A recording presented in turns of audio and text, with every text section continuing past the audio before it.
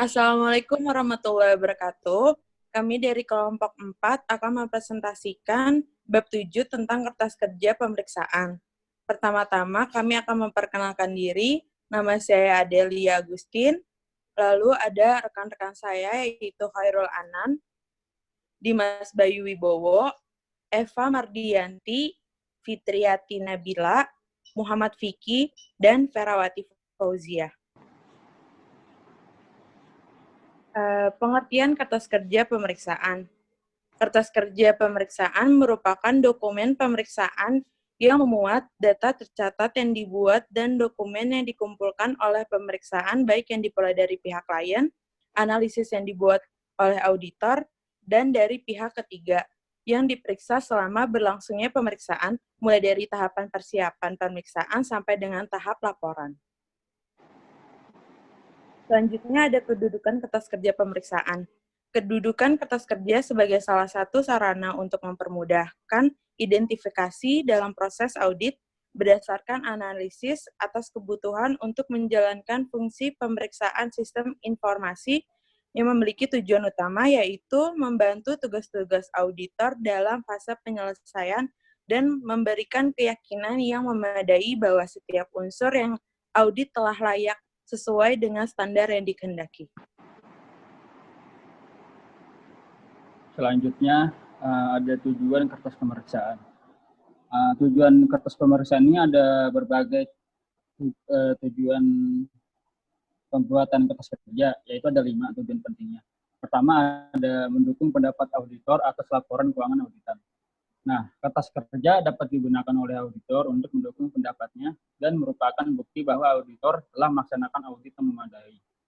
Tujuan kedua yaitu sebagai bukti bahwa auditor telah melaksanakan pemeriksaan sesuai dengan standar profesi akuntan publik. Dalam kertas kerja pemeriksaan harus terlibat bahwa apa yang diatur dalam SPAP sudah diikuti dengan baik oleh auditor.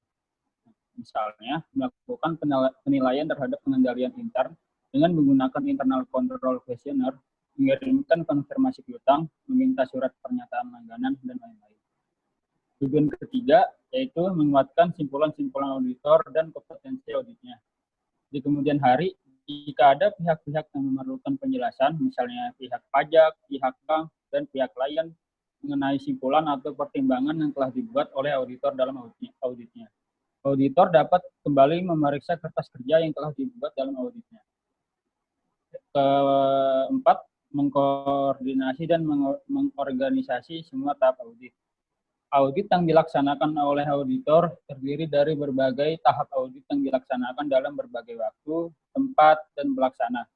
Setiap audit tersebut menghasilkan berbagai macam bukti yang membentuk kertas kerja.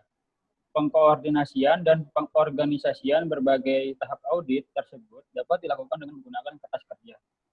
Tujuan terakhir yang kelima yaitu memberikan pedoman dalam audit berikutnya. Dalam audit yang berulang terhadap klien yang sama, dalam periode akuntansi, sangat membutuhkan informasi. Nah, informasi yang sangat bermanfaat itu untuk audit berikutnya dapat dengan mudah diperoleh dari kertas kerja audit tahun sebelumnya.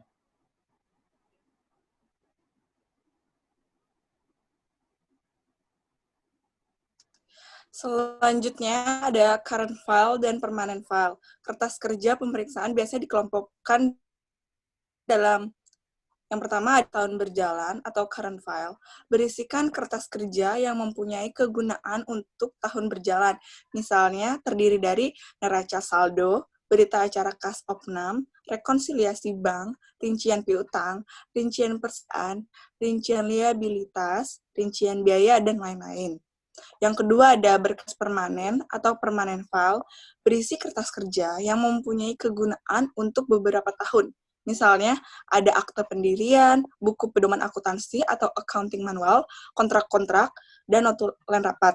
Dan yang terakhir ada berkas surat menyurat atau correspondence file, berisi korespondensi dengan klien berupa surat menyurat, tax file,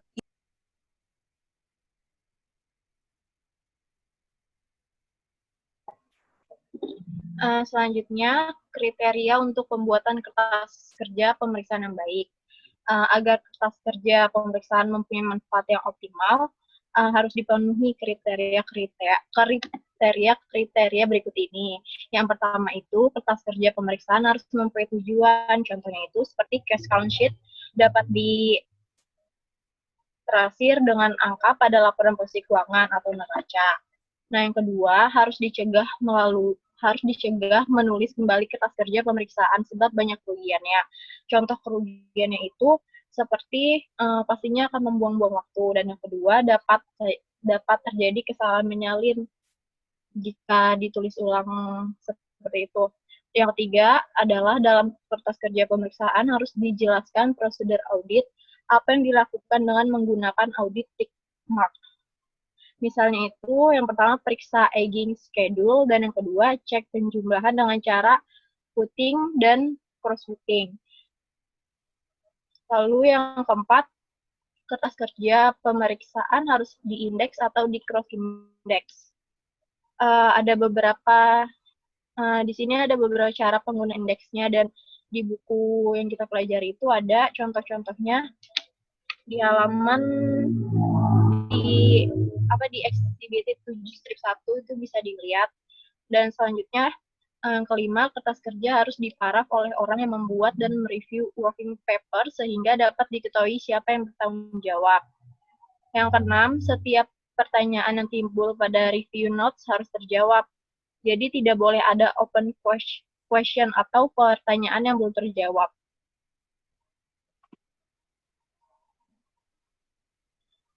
Selanjutnya, pada kertas kerja pemeriksaan itu harus dicantumkan ini, sifat dari perkiraan yang diperiksa, prosedur pemeriksaan yang dilakukan, dan kesimpulan mengenai kewajaran perkiraan yang diperiksa. Lalu juga ada hal-hal tambahannya seperti kertas kerja pemeriksaan itu harus rapi dan bersih. Kertas kerja pemeriksaan harus mudah dibaca atau jelas. Lalu bahasa yang digunakan itu bahasa Indonesia atau Inggris, harus baik. Jangan hanya memfotokopi data dari klien tanpa diberi suatu penjelasan. Lalu yang terakhir, di bagian muka file kertas kerja pemeriksaan itu harus dimasukkan daftar isi dan indeks kertas kerja pemeriksaan dan contoh paraf seluruh tim pemeriksaan yang terlibat dalam penugasan audit tersebut.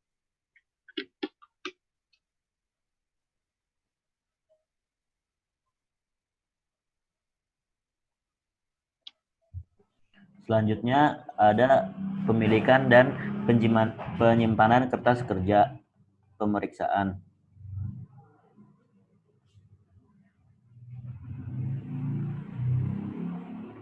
Kertas kerja pemeriksaan adalah milik akuntan publik. Hak auditor sebagai pemilik kertas kerja pemeriksaan terikat pada batasan-batasan moral yang dibuat untuk mencegah kebocoran-kebocoran yang tidak semestinya mengenai kerahasiaan data klien.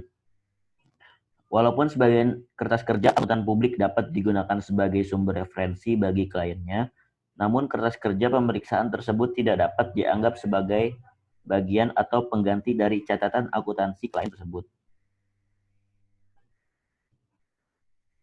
Bila ada pihak lain yang ingin meminjam atau mereview kertas kerja pemeriksaan, baru bisa diberikan atas persetujuan tertulis pihak klien yang bersangkutan. Sebaiknya hanya bagian yang diperlukan saja yang dipinjamkan atau diperlihatkan. Akuntan publik harus mengambil langkah-langkah yang tepat untuk keamanan kertas kerja pemeriksaannya dan menyimpan kertas kerja tersebut sesuai dengan peraturan pemerintah yang berlaku atau minimal 5 tahun. Selanjutnya ada working balance sheet dan working profit and loss. Working balance sheet atau WBS dan working profit and loss atau WPL berisi angka-angka per book bersumber dari trial balance client, audit adjustment, saldo per audit, yang nantinya akan menjadi angka-angka di laporan posisi keuangan atau neraca, dan laba rugi yang sudah diaudit serta saldo tahun lalu, yang bersumber dari audit report atau kertas kerja pemeriksaan tahun lalu. Setiap angka yang tercantum di WBS dan WPL akan didukung oleh angka-angka dalam top schedule. Untuk itu, antara WBS, WPL, dan top schedule harus dilakukan cross-index.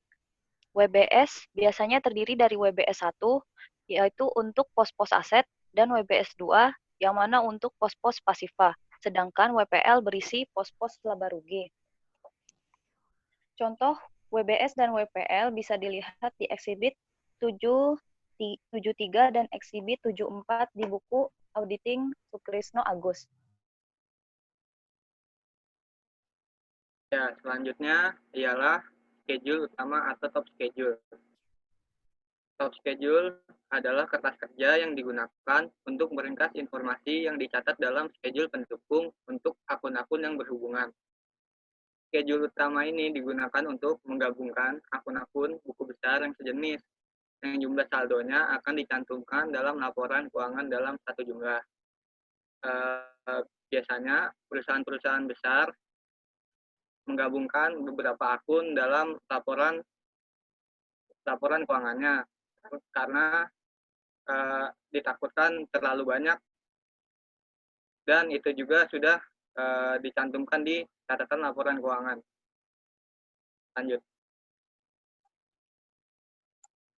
Nah, top schedule ini berisi saldo per book atau akun bersumber dari trial balance client.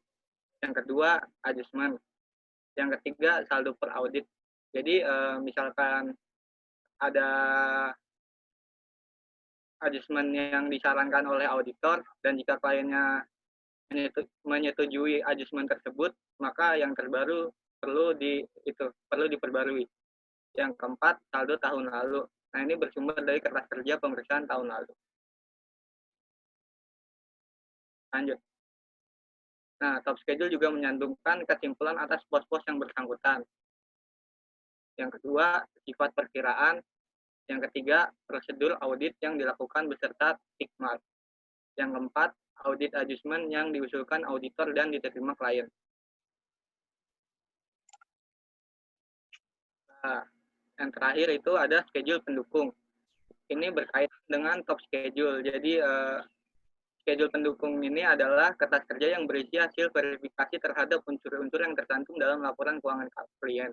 Dalam schedule ini harus dicantumkan pekerjaan yang telah dilakukan oleh auditor dalam memverifikasi dan menganalisis unsur-unsur yang tercantum dalam daftar tersebut. Metode verifikasi yang digunakan, pertanyaan yang timbul dalam audit, serta jawaban atas pertanyaan tersebut juga harus memuat berbagai simpulan yang dibuat oleh auditor. Nah, jadi misalkan di akun piutang dagang, di situ kita mencari tahu apakah angka yang dicantumkan benar dengan cara menanya pihak ketiga atau melihat dokumen-dokumen sumbernya. Sekian dari kelompok 4 untuk bab 7 ini.